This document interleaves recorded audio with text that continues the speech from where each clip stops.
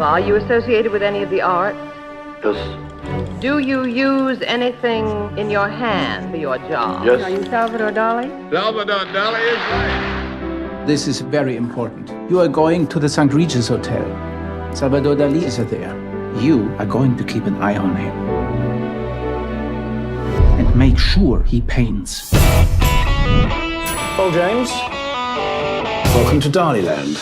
Oh, Mango. Alice Cooper. Jesus Christ superstar. Who are you? I'm James Linton. Gala is the power. She does the deals and handles the money. You give us money, we give you a painting. Whatever you do, you must not insult her. I need a new assistant. I will borrow this boy. Because if you do, you are out. This party's fucking great. I need many beautiful asses. Is he getting any work done? We open in 3 weeks. How is it working for Dalí? We need money. It's like I landed on another planet and I belong. I need you. What's going on? It's complicated. So this is a fake. Paint! You stole from Dalí. Salvador Dalí is a genius. I need her to push me. Dalí, there are bad things going on around you. I give you everything. Critics don't take him seriously anymore. I'm just trying to tell you the truth. Death, it frightens me. And this is the basis of my inspiration. The paint disappears and becomes reality. Sometimes it is so hard being Dalí.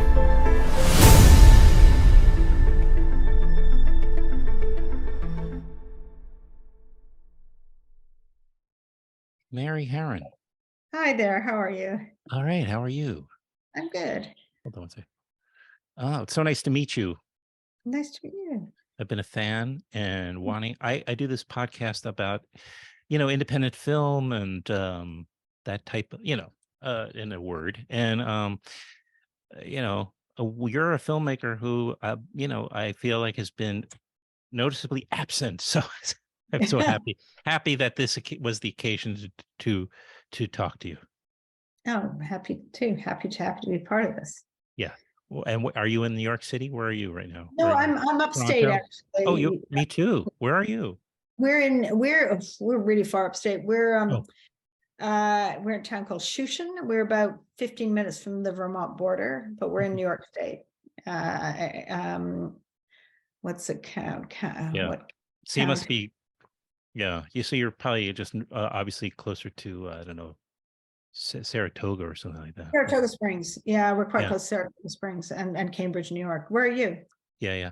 A little south of there. I am in. Well, right now I'm close to the Red Hook, Hudson area. Oh, I live, that's nice. but I live right across the river from Hudson these days in Athens here. But I was going to say one of my friends that I've gotten to know when I worked with her on something is your former star or actor, Lily Taylor. Oh yeah. Does she live in Hudson? No, she lives. And I apologize to the publicist. Give us 1 minute. We'll get right into Dalíland. Yeah, but yes, she does not live in Hudson. She lives closer to where I am right now. Actually, they live in Brooklyn, but they have a beautiful space up here. She and Nick, and actually, I'm in the town where Nick was living and has a house as well. But they're in the Tivoli. I should probably say. Oh yeah, right. Tivoli. Yeah, no. They used to live around the corner from us in Brooklyn, and then we moved. Yeah, my daughter's even babysat for their daughter. But maybe a lot of people don't know you're Canadian. I am Canadian. Where in Canada did you grow up? Well, I was born in sort of Gravenhurst, Ontario, Bracebridge. Actually, the hospital was in Bracebridge, in Muskoka. I was born in Muskoka and spent part of my childhood there. But then I'm really from Toronto, where most of my family are. Right, and then Ontario. When I was 12, and we moved to Italy for a year, and then we moved to England. So my life was kind of equally divided between Canada and London. Pretty nice, by the way. Yeah. I have to say that's very nice.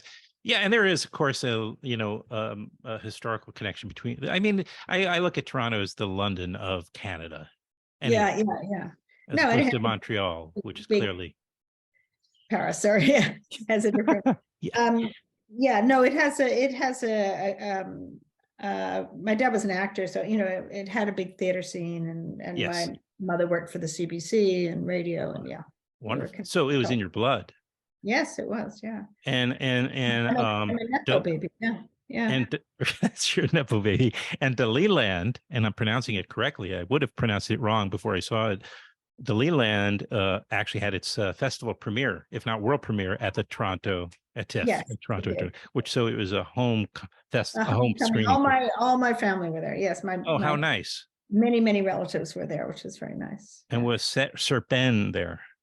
So, it was terrible. Sir Ben was there, and we did a lot of press. Oh, yeah. For the first few days, and then he came down with COVID. Oh, geez. And could not come to his own premiere. It was just so awful. And so sorry to hear that. Yeah. Yeah, it was just awful, and he was quarantined. It was terrible. I'm sure he was so disappointed, and so it's still happening out there, folks. So yes, it really is. I mean, and then we had a sort of European thing in Zurich, and he couldn't come to that. They had made all these arrangements, and he was doing a whole master class. It was just awful. I mean, he's supposed to come to the LA premiere because he's shooting this new series, so I hope he can come. Me too. Me too. Premiere. You deserve it. It's such a fine film, and it honors this artist so well. And I was going to ask you also, since we had started talking about your upbringing and your parents both being in storytelling media forms, let's say, I mean, in television, broadcasting, what have you, and the stage. And I'm wondering, was also art in there as well? Were your parents big on that? Was that something you grew up going to, like the what is it called, the Art Gallery of Ontario? What is it called? Oh, definitely spent my time. I remember my best friend's mother was an art critic, and I was very into, when I was younger, I wanted to be a painter. Mm-hmm. I'm not really good enough, but art was my big thing when I was growing up, and I spent a lot of time I did art classes and going to galleries and museums sort of on my own, in fact, and had and getting art books for Christmas and stuff. So yeah, art was okay. And then when I was a teenager and living in London, London was an amazing city for art. Oh my God, of course. The museums were all free, so yeah. Right. And I still do, actually.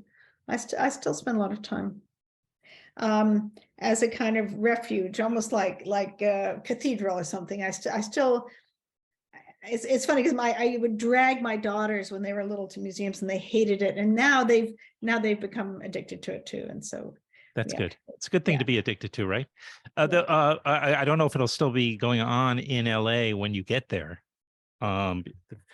Dalíland opens on don't say I have it right here somewhere. Oh, June 9th, which is coming right up. It might still be the Basquiat show, might still be in LA. Oh, where's that? I'm gonna remember, because I have to rephrase. My girlfriend went to it. She was just there last weekend and went to it and was blown away. Yeah. Okay, yes. They recreated his studio.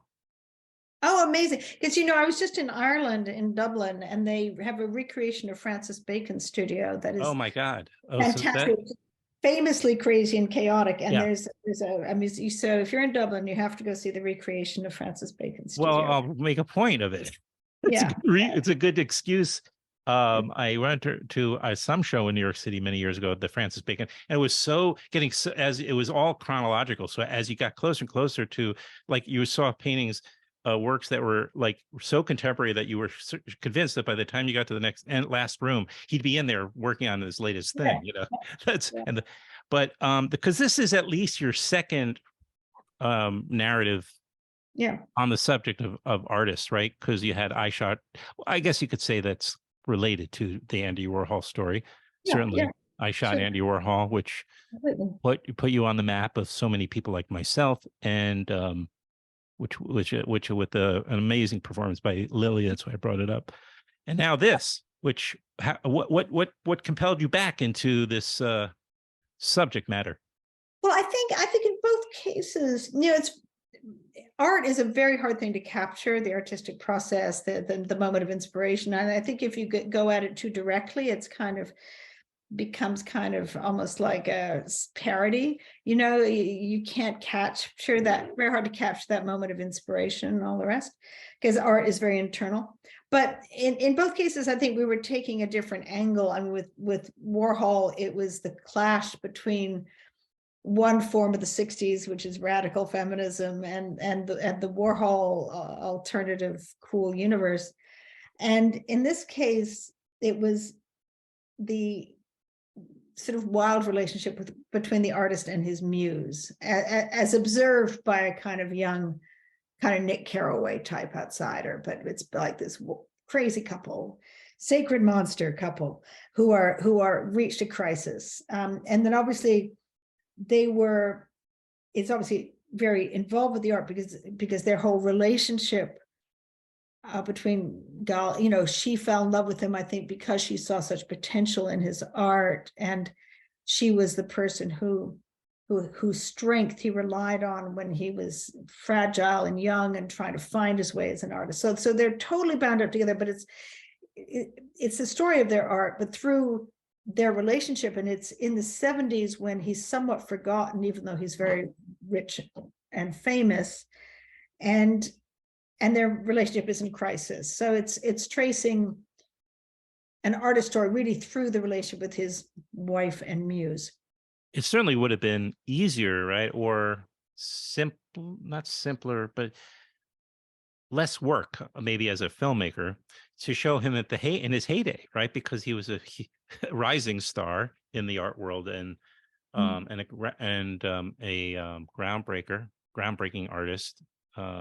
And yet you chose to tell the story kind of, not necessarily, I guess, the decline, but certainly more challenging period. In the twilight. But I think it's also about an artist, and you could make a really interesting film about, but it would have to take in the whole really of the surrealist movement. But because they were all so entwined, and Gala's sort of sexual escapades. I mean, that would definitely be a fun movie. with this, it was about I love the paradox of a story that you don't know. Okay. That Dalí was in New York in the 70s. People think he's like fixed in amber in the 30s. No, he's alive. He's making art. He's hanging out with Alice Cooper. Yeah. Going to Studio 54. It's like this man who was very much a man of the 30s, but he's fitting in so comfortably and loving the world of the 70s. So it's this wild thing about an old man. Yes.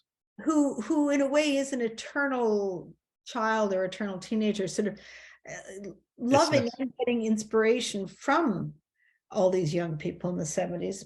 But at the same time, he's also beset by forces that are dragging him down. Right. And this constant need to produce, right?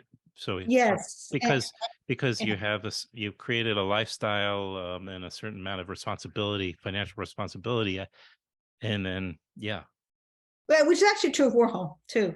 Right. Warhol had a big entourage. You create a court because you, in a way, feel protected and surrounded by this court, but then you have to finance the court, which is that's a good point. Why? Yes. I mean, I didn't get into the later Warhol years, but that's why he did all these portraits of society people, that are not his greatest work. And with Dalí, he was taking on endless commissions for sort of lithographs and design things, and then signing all the blank pieces of paper on the supposed rationale that they would be used to do lithographs, but then they just send them off and take no responsibility for what happened to them. So not that long to go before you're doing autograph shows, Yes, So there's someone who's indubitably still a great artist, but there's this very modern things of celebrity culture, because he's caught also in his persona, somewhat trapped in that, and these financial demands and a lifestyle. At the same time, there's fun. I don't want to make it just sound grim. I mean, I think it's an amazing party, fun, glamorous lifestyle, but he's trying to finance it.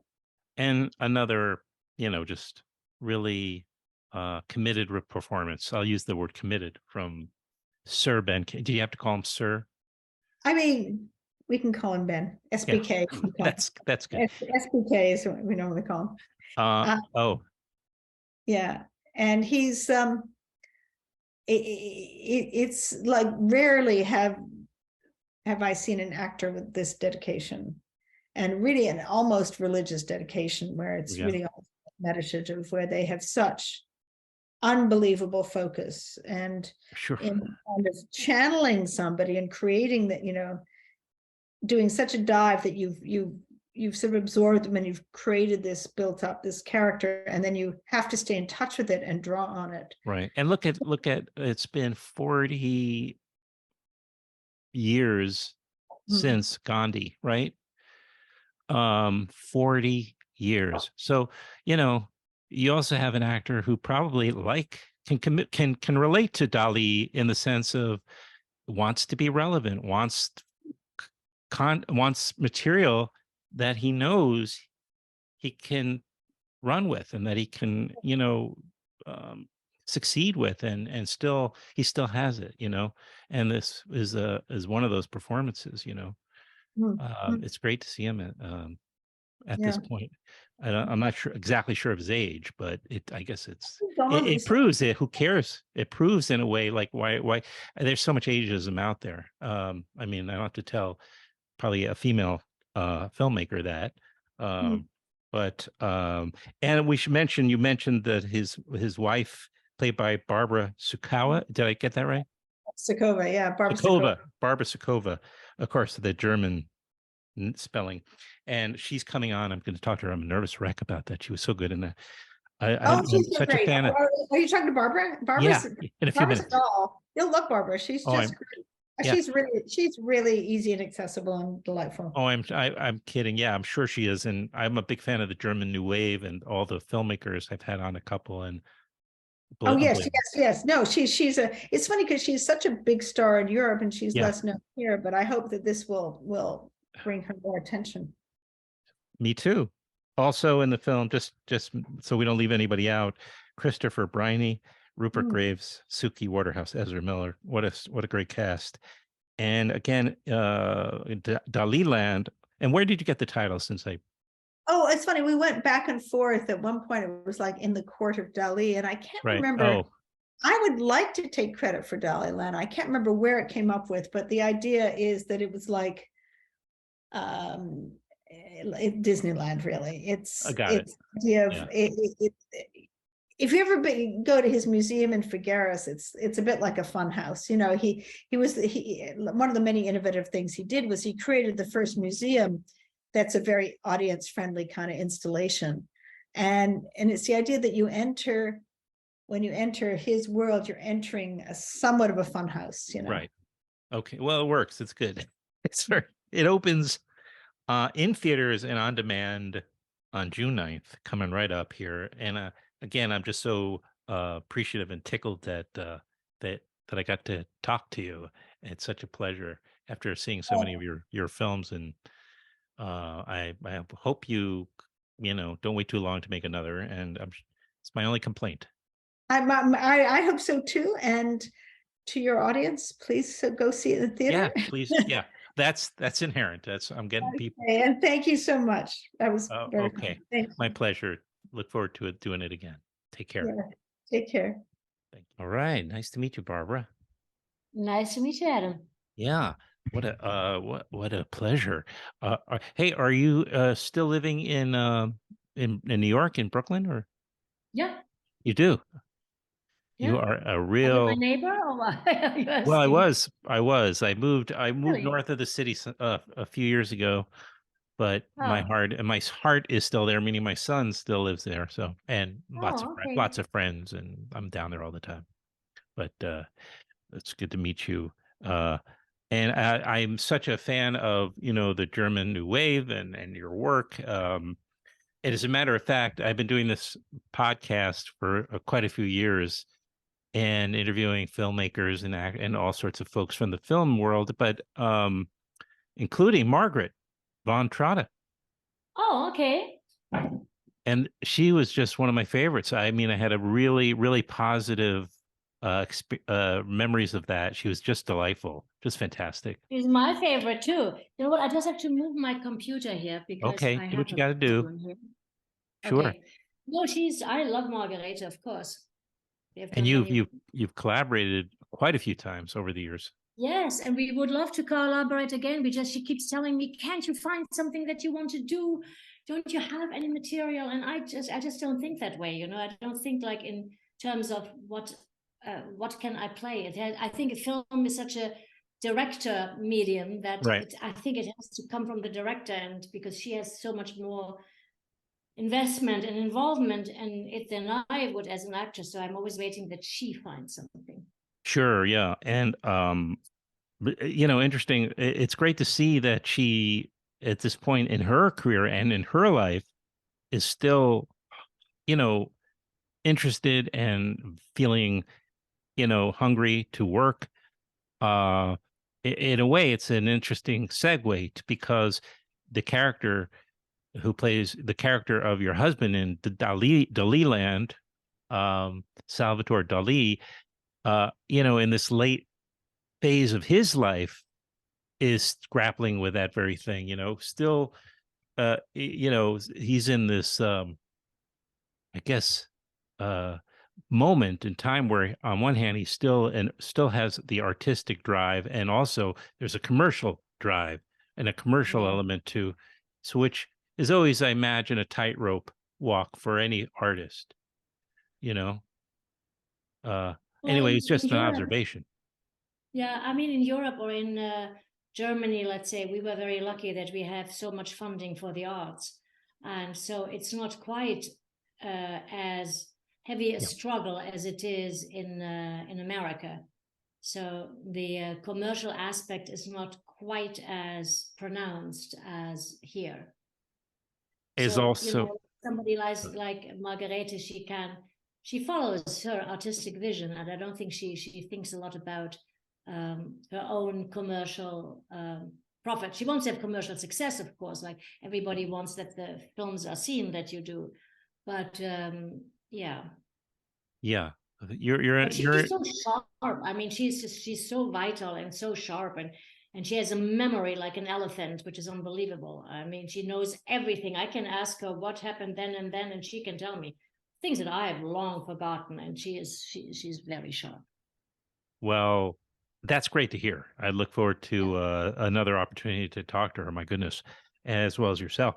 But this film, Dalíland, does kind of deal with the idea of an aging artist. Yeah. And I'm wondering how what was the journey that took you to this film? And had you known Mary Harron's work? Were you No, I hadn't, and I hadn't watched American Psycho because I was always afraid of these kind of movies. With good reason, I might add. I have always a hard time with tension in a film. Yeah. But then I watched it and then I put my other hat on, and tried to watch it with more distance and not quite so consumer-like. Mm-hmm. And I loved it. And then I watched some other of her films. And I Shot Andy Warhol. Yeah, and I watched about the girl, the pinup girl, what's her name? Betty Page. And then the series she did, Alice Grace. So it was all really wonderful, and I thought I really would love to work with her. And it was very interesting. Working with her reminded me so much of working with Margarete von Trotta. Oh, really? Yeah. Why so? Well, they're both just such wonderful directors and people who don't have put a big ego on set, but are very really focused on the work, and you can talk to them, and you can bring in ideas, and they give you space, but they also know what they want. It's just like very, very mature, wonderful people to work with. Has there been in your career any interest in working in a big budget kind of thing? Or, I mean, obviously the projects you have been involved with, I don't know if they're all you're choosing, but these are art house films, as we call them in the States. Hannah Arendt, other, your other work. Has there been any interest in stepping into the more of a Hollywood realm for you at all? Well, the biggest productions I've probably done are these series that I've done lately. I've done 2 series which were kind of big, or 3, and it's a totally different way of working. Yeah, it is interesting, and in America, I'm usually I'm not offered like the kind of caliber roles that I get in Europe. It's more because they have the big stars here that play in these films that need to generate a lot of money. So I've played like these rather small things, and it's interesting. But of course, I mean, I always look that I have a good role. That's what interests me most. And sometimes, it's nice to peek in that world, but yeah. And now tell me, had you ever been on the same set as, I guess I'll call him Sir Ben Kingsley out of respect, before? No. That was our first meeting, and I really loved working with him. It was strange, the Sir all the time, but it was you got so used to it. It was as if I'm calling him Johnny. It's just like Sir Ben. And I think it is probably he wants to honor that he was honored, and that's why he uses this. Yeah, sure. We'll call him Sir Ben. And well, I'm less interested in, I guess, in that issue. Although I am interested in hearing people who have talked about, who have received that honor, and their feelings about it. But I'm more interested in just the collaboration, the artistic collaboration. I'm interested in what that was like to be with someone who is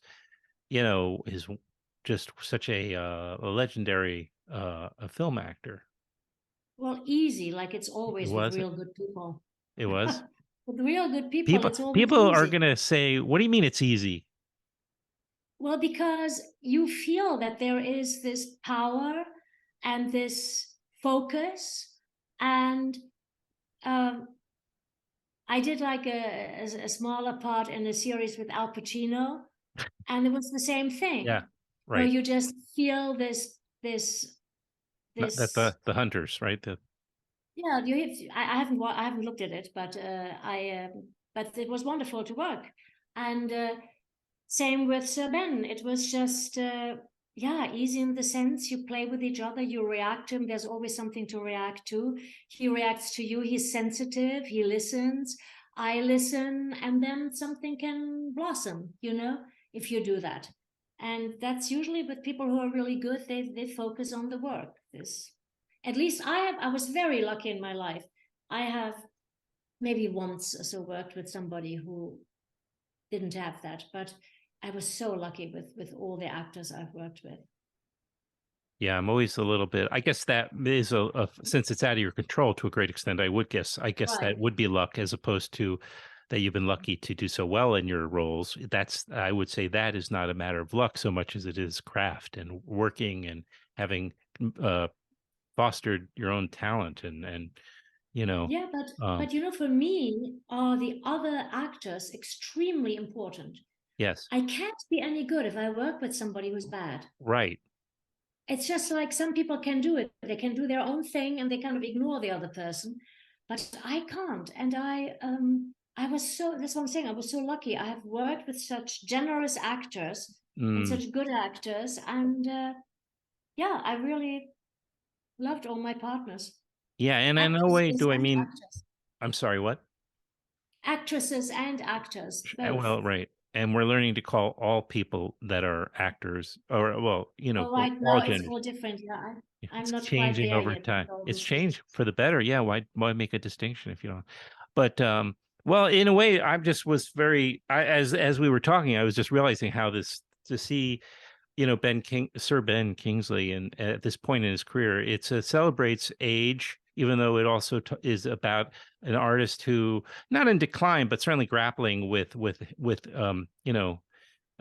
not being young anymore. And I see it in it's so great that this is the case. You mentioned Al Pacino, by the way. I just heard earlier today that at 83, he's going to be a dad again, a father again. What?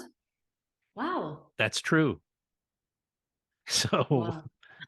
I'm not, well, I'm not I asking think you with, for a reaction with to that necessarily, yeah. but what I are you think going to with say? Dalí, he was quite fragile. I mean, he was a fragile man from very beginning in his youth, and I think his relation with Gala stabilized him.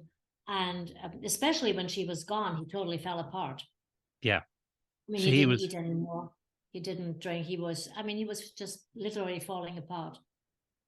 So there was more to just like a regular aging, you know, that whole his whole personality that he was that you know went all into that.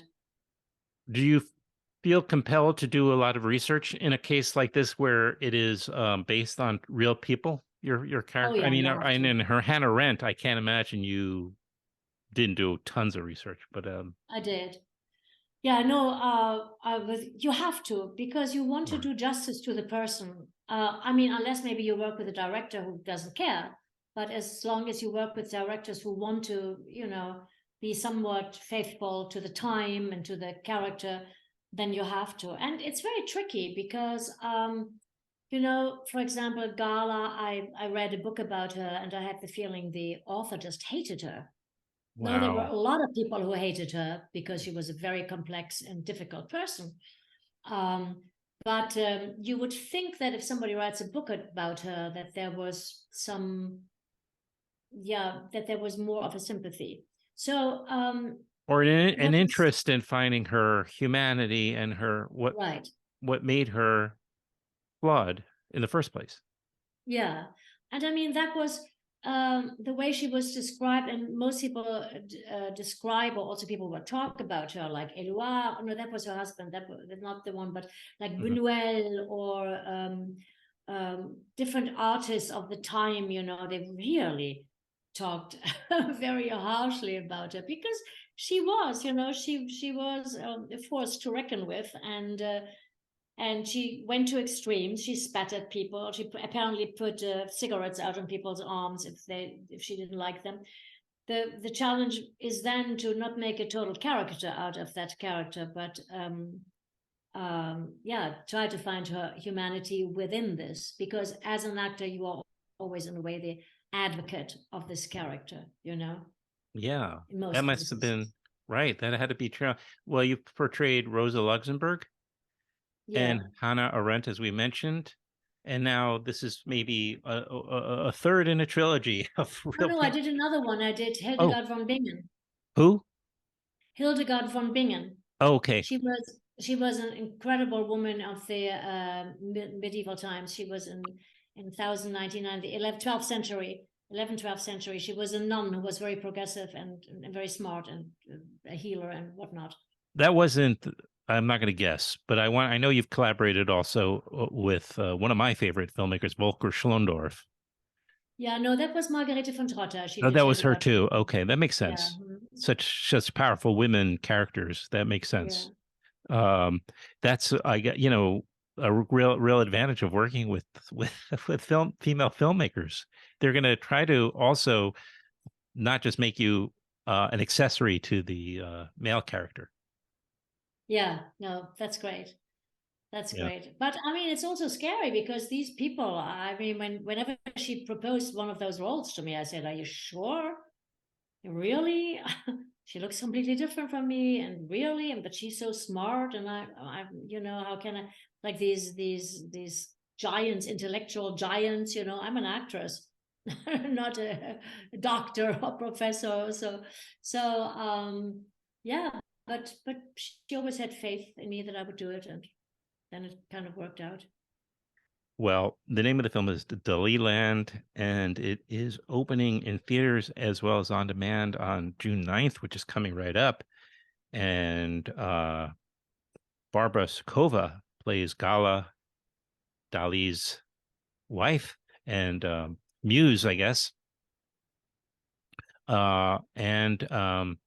Yeah, you know, it's just such a pleasure to have the opportunity. They came to me, they said, "Do you want to talk to Barbara?" I said, "Yes, of course." I mean, you know, what a pleasure. Is it being in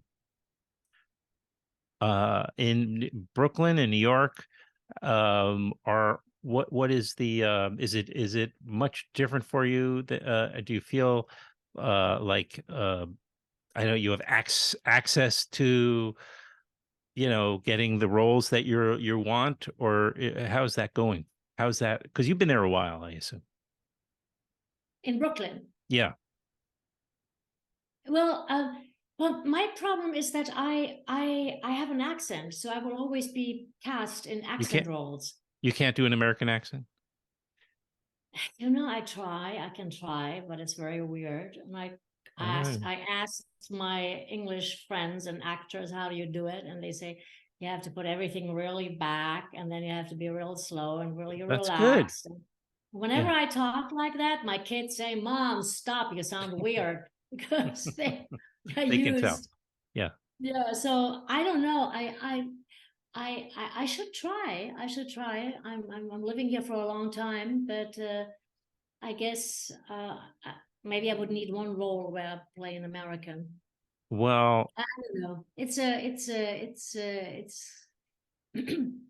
It's difficult to get a role that is American. But now there's so many different ethnicities and so many different.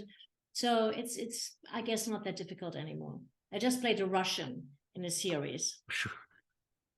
Yeah. No, I mean, I think you could probably get away with just about any European. I mean, you have a very classic look. It's wonderful. You know, and I really appreciate that you made time to talk to me today. It's such a pleasure to meet you, and I really look forward. I'm happy to talk about it. Of course, I want people to go and see it. Me too. And right. That's why I request talking to folks from films like Dalíland, because you know, it's not only art, it's not only like a work of art, the film, but it's about actually people that make works of art. So it's fantastic. Yeah, and it's I think it's interesting that I think Mary Harron really tried to find the humanity of these two very eccentric people. Mm-hmm. You know, that the world is just more colorful and interesting with these kind of people. Exactly. You know? Even if they're occasionally putting out a cigarette on your arm, they're still very colorful. You can't argue with that. Yeah. Well, I hope that's for the what somebody said. I don't know if it's true. Right. Well, the author of that book, who didn't care for very much, maybe just, you know, like spreading false rumors about this woman, Gala. Well, I think that was another artist from the time, one of the surrealists. I think somebody was really angry at her because they felt that Gala is taking Dalí away from them. Oh, you know, and so they really didn't like that. Mm-hmm. Interesting. Really, there's a bigger story here. There could have been a film about her. I mean, and I guess one could argue this sort of is as much about her as it is, right? It's about the relationship. So it's very true. The relationship. I wish you much success with the film and enjoy your premiere. You know, and I hope that our paths cross again with another one of your roles soon. It would be great to talk again to you. I would really appreciate it. Good. So, all right. Thank and maybe you I'll run much. into you. Thank you very much. Bye-bye.